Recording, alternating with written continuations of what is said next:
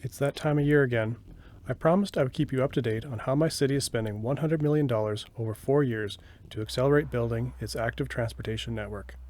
You can find previous videos on my channel where I talk about what the program is, why the program is necessary, why $100 million isn't that much money in the grand scheme of my city's transportation budget, and why results have been extremely underwhelming so far. As a quick recap, the first year was spent thinking about how to spend the money. The second year saw 4 of 16 planned kilometers built. The third year, which is this year, is supposed to have seen the completion of year 2 projects and another 23 kilometers built. And the final year is supposed to have 29 kilometers added to the network. As of recording most of the video for this video, it was late October of the third year. The days were getting short, the temperatures had fallen, the snow will soon fall, and road construction typically slows down. In this Bike Nudge Nudge video, let's look at what has been completed this year. I'll have a subsequent video soon showing what's nearly complete and what I think has been postponed until next year. Also, I'll need another future video to look at where the loudest opposition to this project was this year. Let's start with a project from last year, 102nd Ave. Last year, the city only built 2 of the planned 3 blocks of this wide sidewalk.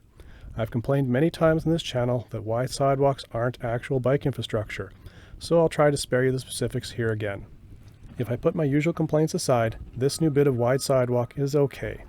I gave the city a pass last year for not building the 3rd block because of nearby LRT construction. Well, the road part of the LRT construction is pretty much done in this area, so the sidewalk was extended and some bonus asphalt was blooped down to connect to this mixed-use node. That's good to see. The bad part is that this node will still be an active transportation dead end. There's a possibility for lots of redevelopment in the area once the LRT station is complete, so stay tuned to see how this area changes in a decade or 2. The first complete project I'll look at that was supposed to be done this year is the southern section of 113th Street, a bi-directional protected bike lane. The northern section is a shared use path that's not quite done. The good points of the south section are that it's a protected bike lane on a relatively quiet street, and it's supposed to be a north-south connection between some major east-west paths. I'll get to those connections in my next video. Another good point is that most of the street crossings give priority to people using the lane.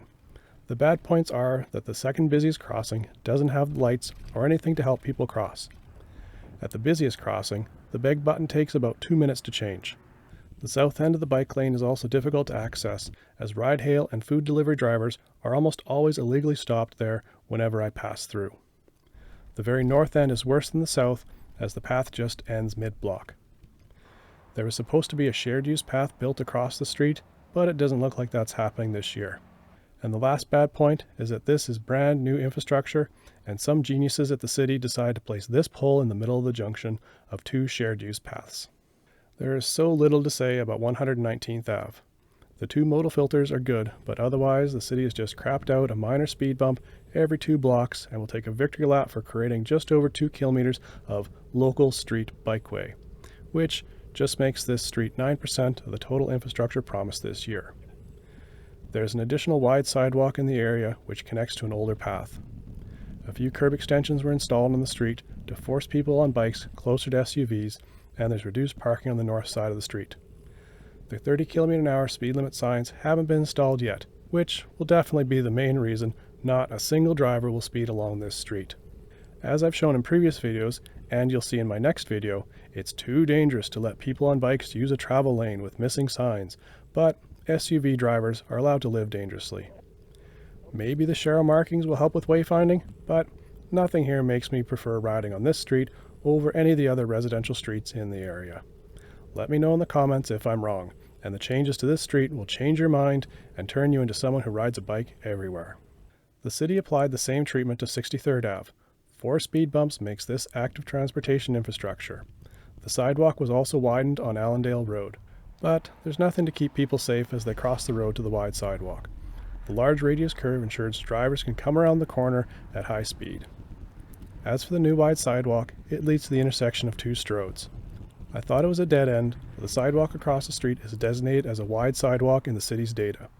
There's no sign to indicate that this regular sidewalk is, in fact, a wide sidewalk. As you can see, the sidewalk is so wide that it's okay to narrow it with a bus shelter.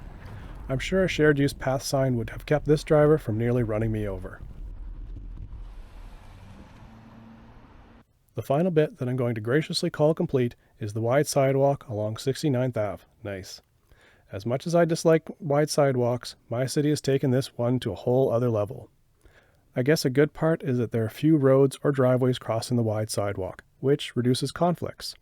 The bad part is that there are lots of bad parts. Let's start with this section. It's hard to see around the work truck, but for some reason, a wide sidewalk isn't good enough for this section. People on bikes go onto the wide sidewalk but then drop right back down onto a protected bike lane. 180 meters later, it's back up on the wide sidewalk. Was that really easier than removing the guardrail? Maybe the city should have just paved around the light posts like it did on 113th Ave. The next bad part is that the wide sidewalk is on the north side of the road, west of the arterial road, but east of there, the wide sidewalk is on the south side of the road. That means crossing this busy intersection twice. Maybe 4 times if you cross once, realize you cannot cross here, so you have to cross 3 times to continue your trip. The final bad part are these slip lanes. The slip lanes came long before the wide sidewalk, but you shouldn't have slip lanes anywhere near active transportation.